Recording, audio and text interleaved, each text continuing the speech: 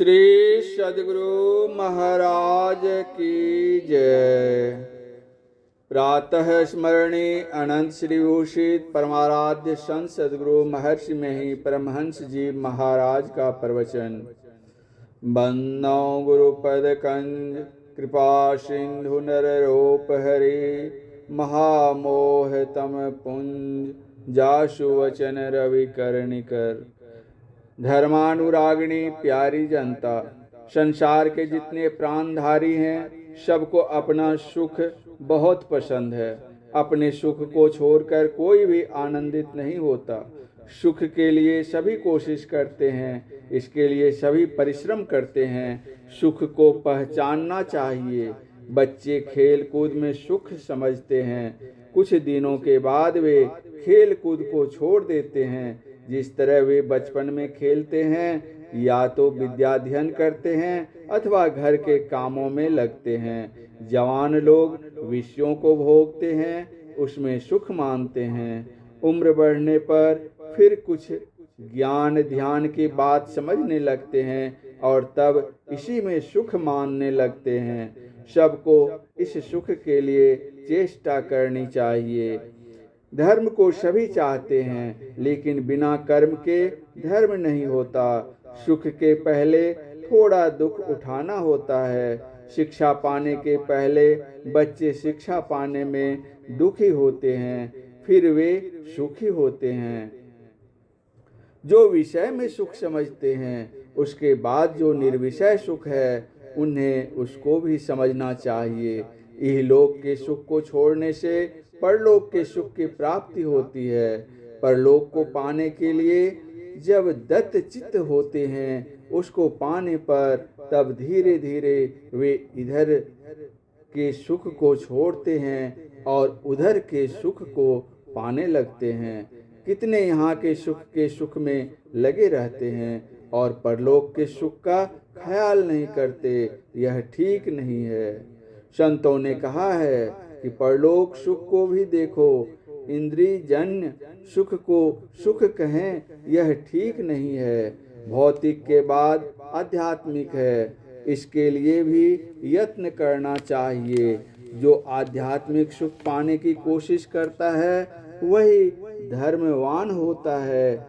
वही इस लोक और परलोक दोनों में सुखी रहता है। हम लोग सुख चाहते हैं, संसार में धनवान, प्रतिष्ठावान, शक्तिमान, किसी तरह से कुछ बनकर रहो, उसमें कभी दुख न आवे, सुख ही सुख रहे, ऐसा नहीं होता।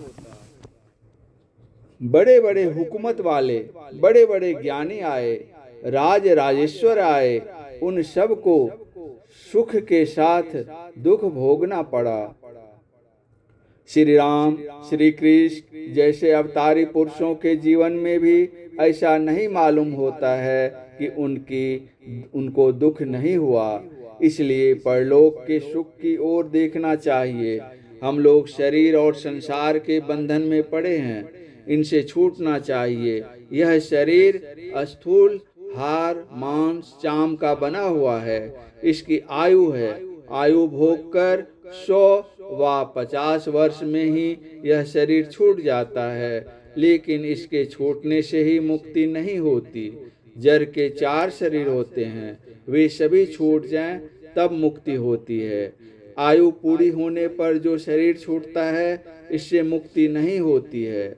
अपने अख्तियार से स्थूल सूक्ष्म आदि चारों शरीरों को छोड़ना है, तब मोक्ष पाता है, उसको दुख नहीं होता।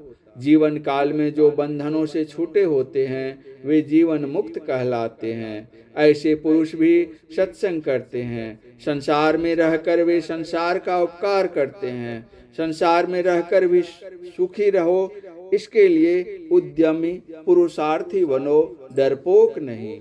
जो आलसी हैं, अनुद्यमी हैं, वे दुखी होते हैं।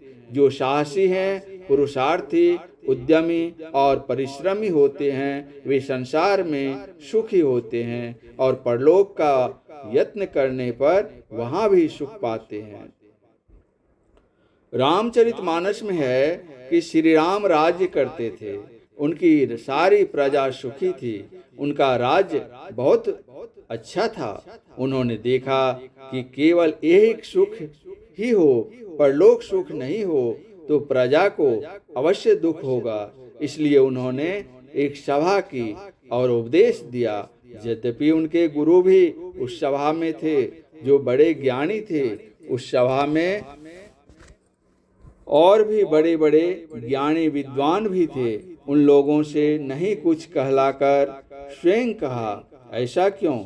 इसमें बात है कि कोई विद्वान और कोई महात्मा है तो उनको उपदेश देने का बल है, और राजा उपदेश देता है तो उसको उपदेश देने का भी बल है और शासन का भी बल है। इसलिए उन्होंने अपने से अपनी प्रजा को उपदेश दिया।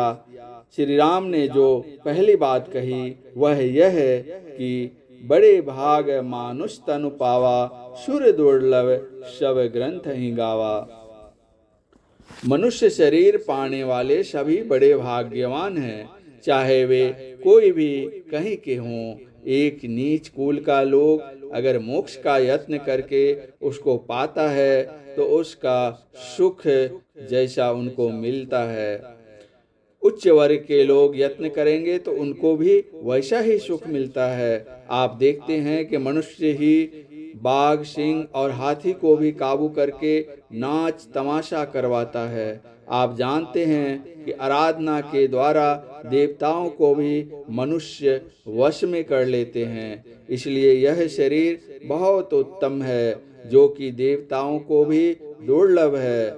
इस शरीर को पाकर यदि आप पशुओं की तरह विषयों में लगे रहें तो क्या हुआ? आप किसी रूप को देखकर प्रसन्न होते हैं, शब्द सुनकर प्रसन्न होते हैं। रूप, रस, गंध, स्पर्श और शब्द, ये 5 प्रकार के विषयों को लोग भोगते हैं। इन्हीं विषय भोगों को सुख कहते हैं। ये 5 विषय सुख पशु में भी है। सांप विषैला जंतु है, शब्द से उसको ऐसा प्रेम है कि शब्द सुनकर मस्त हो जाता है और नाच दिखाता है। उसको भी अपनी जिह्वा में जो स्वाद मालूम होता है खाता है। मनुष्य भी 5 विषयों में लगा रहा तो क्या विशेष हुआ? मनुष्य को सोचने विचारने की शक्ति है। मनुष्य अपने को जाने, केवल अपने शरीर को ही नहीं। पशु को अपने शरीर का ज्ञान होता है, अपने स्वरूप का नहीं। कितने मनुष्य तो अपने शरीर को ही जानते हैं और स्वरूप को जानने की कोशिश भी नहीं करते। शरीर नाशवान है और जीवात्मा अनाशवान है। आज जो आपके देश में बहुत आवश्यक काम है वह है, जैसा कि अभी ग्रामोफोन के रिकॉर्ड्स में सुना, देश कुर्बानी मांगता है, अपने को न्योछावर करने कहता है। यह देश दूसरे देश पर चढ़ाई नहीं करता। हाँ, जो देश पर चढ़ाई करता है उसको इस देश के लोग मार भगाते हैं। जो डरपोक हैं वह लड़ नहीं सकता। मूल चीज है कि आकर 4,84,000 योनि भ्रमत यह जीव अविनाशी। जीव अविनाशी है, इसका विनाश नहीं होता। महाभारत का युद्ध आरंभ होने वाला था। श्री कृष्ण से अर्जुन ने कहा कि हमको दोनों सेनाओं के बीच में ले चलिए। श्री कृष्ण दोनों सेनाओं के बीच में रथ को ले गए। युद्ध के मैदान में दोनों सेनाओं में अपने स्वजन परिवार को देखकर अर्जुन को मोह हुआ। लड़ना अच्छा नहीं है, अर्जुन ने कहा। श्री कृष्ण ने कहा, तुम बुद्धिमान आर्य की भाषा नहीं बोलते। अभी युद्ध करने का समय है। यदि तुम युद्ध नहीं करोगे तो लोक में हंसी होगी और परलोक में भी दुखी होोगे। शरीर को कोई मार सकता है, पर शरीर के अंदर में जो आत्मा है वह पानी में सड़ती नहीं है, अग्नि में जलती नहीं है, हवा से सूखती नहीं है, अस्त्र शस्त्र से उसका भेदन नहीं होता। मेरा मामा, मेरा दादा कहकर तुम अपने को क्षत्रिय धर्म से नीचे गिराते हो। शरीर मरेगा, शरीर में रहने वाला नहीं मारा जाएगा। मेरे और तेरे बहुत जन्म हो गए हैं। जैसे पुराना कपड़ा फटने पर नया कपड़ा पहनते हैं, इसी तरह चेतन आत्मा पर नया नया शरीर चढ़ता है। इस तरह उन्होंने आत्मज्ञान की शिक्षा देकर अर्जुन को मजबूत बनाया और कहा कि तुम युद्ध भी करो और परलोक चिंतन भी मत छोड़ो। इस तरह तुम्हारे देश के लोगों को आज भी जरूरत है। आत्मज्ञान बलवान बनाता है और शरीर ज्ञान कमजोर बनाता है। इस देश के पंजाब प्रांत में बंदा वीर ने अपना पुरुषार्थ दिखलाया था। वह गुरु गोविंद सिंह का शिष्य था। जब वह मुगल बादशाह से पकड़ा गया था तो लोहे के चूंटे को आग में दबाकर उसका मांस नोचा जाता था, फिर भी वह प्रसन्न था। बादशाह फर्रुख सियार ने पूछा, तुम अभी भी प्रसन्न मालूम पड़ते हो, ऐसा क्यों? उन्होंने कहा, हमारे यहाँ श्रीमद् भागवत गीता है।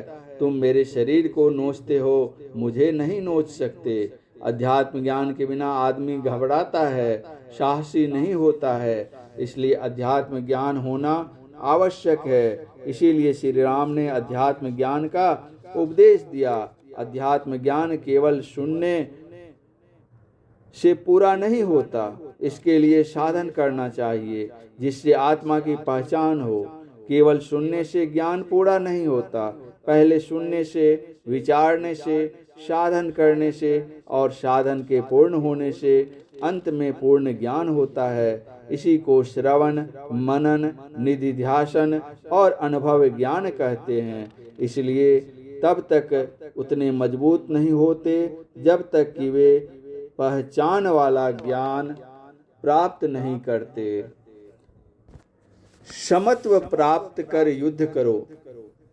श्री कृष्ण ने अर्जुन से कहा था, समत्व की प्राप्ति समाधि में होती है। इसके पहले श्रवण मनन अवश्य चाहिए। श्रवण मनन से निर्णय हो जाता है, तब कोई कुछ कर सकता है। निधिध्यासन ज्ञान के पूरा होने पर पूरा ज्ञान होता है। श्री राम ने प्रजा को उपदेश दिया था, यही तन कर फल विषय न भाई, स्वर्ग स्वल्प अंत दुखदाई। अर्थात मनुष्य शरीर प्राप्त करने का फल विषय सुख भोगना नहीं है। अगर स्वर्ग का सुख प्राप्त कर सको तो वह भी थोड़ा ही है। यहाँ जैसे विषयों से कोई तृप्त नहीं होता, वैसे ही स्वर्ग में भी विषयों से कोई तृप्त नहीं होता और उसका कर्म फल समाप्त होने पर फिर यहाँ लौटा दिया जाता है। इसलिए श्री राम ने कहा कि विषयों को जो पंच ज्ञान इंद्रियों से ग्रहण होते हैं उनको छोड़ो। ये सुख पूर्ण नहीं है, अल्प सुख हैं। इंद्रिय ज्ञान के पड़े के सुख को पूर्ण सुख कहते हैं। इंद्रिय ज्ञान के पड़े के सुख को विषय सुख नहीं कहते हैं। इंद्रिय ज्ञान से विशेष सुख वह है जो चेतन आत्मा से प्राप्त होता है। वह पूर्ण आत्मज्ञान का सुख है, उसी को निर्विषय सुख कहते हैं।